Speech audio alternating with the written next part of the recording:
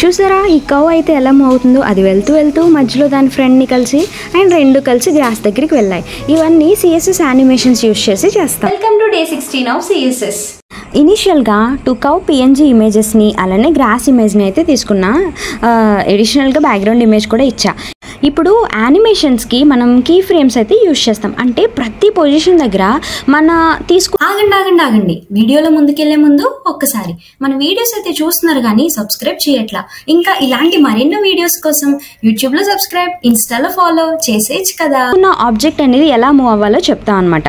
ఇక్కడ ఫస్ట్ అయితే cow move అయ్యే కౌకి 0% దగ్గర లెఫ్ట్ నుంచి ఎంత పొజిషన్లో ఉండాలి, లెఫ్ట్ నుంచి 0లో ఉండాలి, ఎందుకంటే అక్కడే స్టార్ట్ అవ్వాలి. 50% దగ్గర అంటే మధ్యలో ఎంత ఉండాలి, 51 దగ్గర అది ఫ్లిప్ అయింది చూసారా.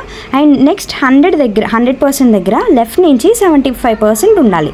అలానే ఇప్పుడు అక్కడ మీట్ అయ్యే కవ్వుకు కూడా మనం కీ ఫ్రేమ్స్ అయితే ఇవ్వాలన్నమాట. ఇది ఇనీషియల్గా మనకి కవ్ కనిపించాల్సిన అవసరం లేదు, 50% దగ్గర కనిపిస్తే చాలు. సో ఇనీషియల్గా ఒపాసిటీ 0 ఇచ్చి 50 దగ్గర మాత్రం ఒపాసిటీ 1 ఇచ్చాను. అండ్ 100% దగ్గర ఫస్ట్ కవ్కి సెకండ్ కవ్కి సేమ్ ప్రాసెస్. అప్పుడు ఇలా వస్తుందన్నమాట దీని అవుట్పుట్ అయితే. ఇవే కాదు ఇంకా చాలా యానిమేషన్స్ అయితే మనం చేయొచ్చు.